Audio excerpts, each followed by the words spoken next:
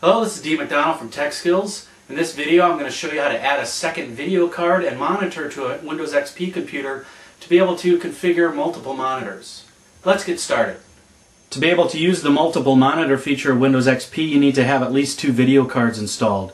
One of those may be an onboard video if your motherboard has onboard video, or you could install a card like this. It's an AGP card with 2 video heads on it. Or we could use the onboard video and install a single card like this one has a single head. This one happens to be a PCI card. Or we could install a card like this. This is an AGP card. It has a standard video output and it also has an S-video output.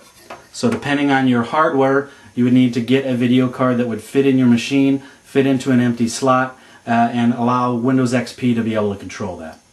For this demonstration, I'm going to be using a Dell computer that has onboard video, and it does have some empty slots. I'm going to be installing a PCI card.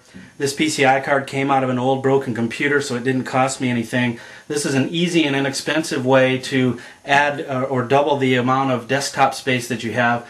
Finding an old video card from an old computer, finding a 15 or 17-inch monitor will allow you to basically double the amount of desktop space you can use on your Windows computer. I've already removed the case cover. As you can see, this computer has 3 PCI slots. The top slot is open, second slot has a network interface card, and then the third slot is open. I'm going to remove the case cover slot so I can insert the new video card. Remove the screw, set that aside, and then remove the case cover blank.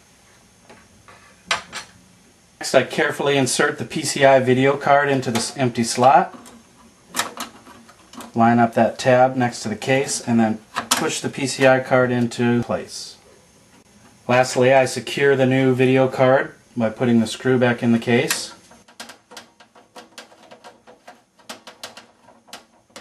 And that's pretty much all there is to the video card installation. Once the second video card is installed, I connect my 2 monitors. This monitor will be my second monitor. That's connected to the second video card that I added. This will be the primary monitor, which is connected to the onboard video card. Configuring multiple monitors is very hardware dependent, especially if you have onboard video. There may be some settings that you need to go in and change. Sometimes you may need to move the video card to a different slot to allow you to configure the multiple monitors the way that you want it.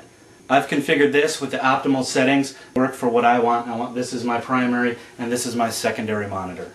I will boot up this computer and enter the CMOS setup utility, show you some of the examples of some of the video settings that you might need to set, show you the settings on this particular setup, and then you can extrapolate those based on your configuration. Although each computer is slightly different, I'll show you an example here of some of the settings that you might need to look at. On this computer, under Integrated Devices, there is a primary video controller setting.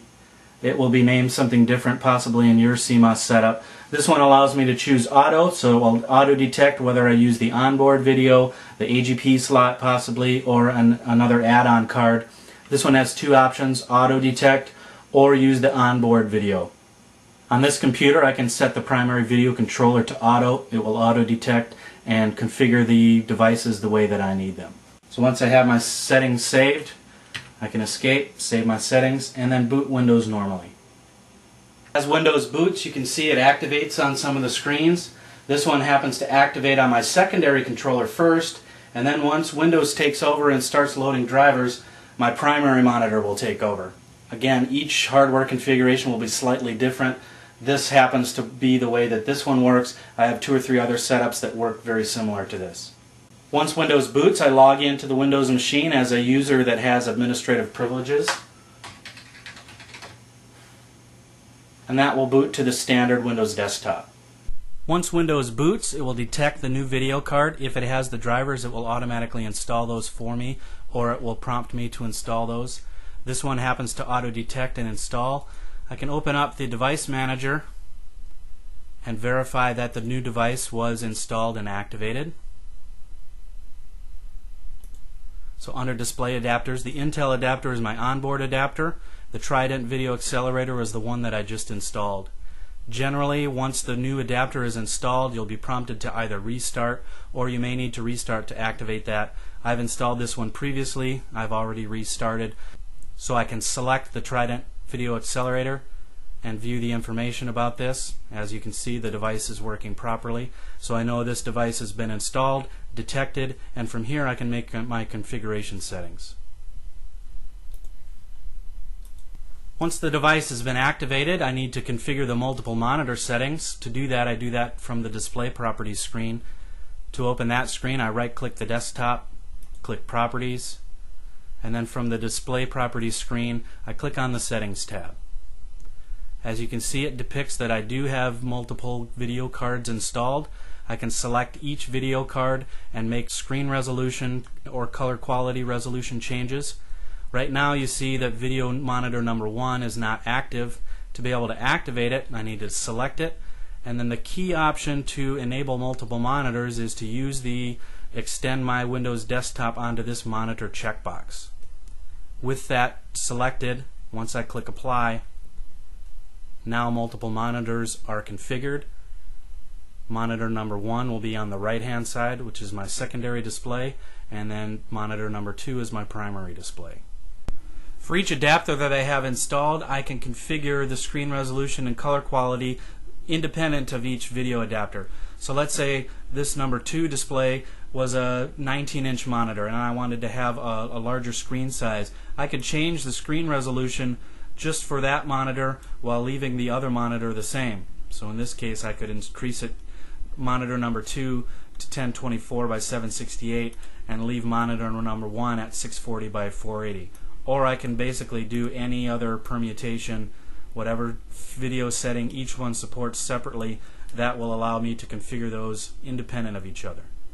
Once I have the settings the way that I want them, I basically click the Apply button. That will apply them immediately, and then it will leave the display properties screen open. Or if I click the OK button, that will save the settings and then close the properties screen. In this case, I'm going to leave my settings as they were.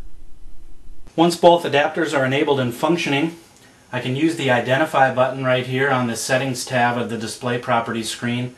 When I click that, it will display a 2 or a 1 based on the physical arrangement of the monitors on the display properties screen. So if I click Identify, this is the number 2 monitor and that's the number 1 monitor. If my physical arrangement is different, I can drag these around the screen and change the physical arrangement. So if I had this monitor up top, I could move my monitor number 1 above here. So if I have 3 or 4 or 5 monitors, or if I have them all in a row, I can drag these around based on the physical layout, and then I can click the Identify to make sure that my monitors are physically and the display properties settings are configured properly. Once multiple monitors are functional, in this case I've doubled my desktop area. I have this screen. I can move things between the 2 screens. I can open up multiple programs. I can move them between the screens, so I can drag these between the screens. I can also resize and have a program go across multiple screens. So in this case I have Notepad open. I can drag these windows around. I can resize them. One caveat, if I have a maximized window, I'm not able to drag that. So this Notepad program is maximized. I can't drag and move that window to another screen unless I unmaximize it. Then I can drag it between screens. Most programs, if I, for instance, I have Notepad open over here, if I close it and open another one, it will remember the last place or the last screen that it was on when I closed it. I can also have multiple programs. So here I have 2 Notepad programs, 1 on each screen, so I can basically double my work area. So this allows you to be a little bit more productive. In this video I described and demonstrated how to add a second video card and monitor to a Windows XP computer and use some of the multiple monitor features. Although each hardware configuration is slightly different, this video should give you enough information to be able to complete this task on your own. Good luck and thanks for watching.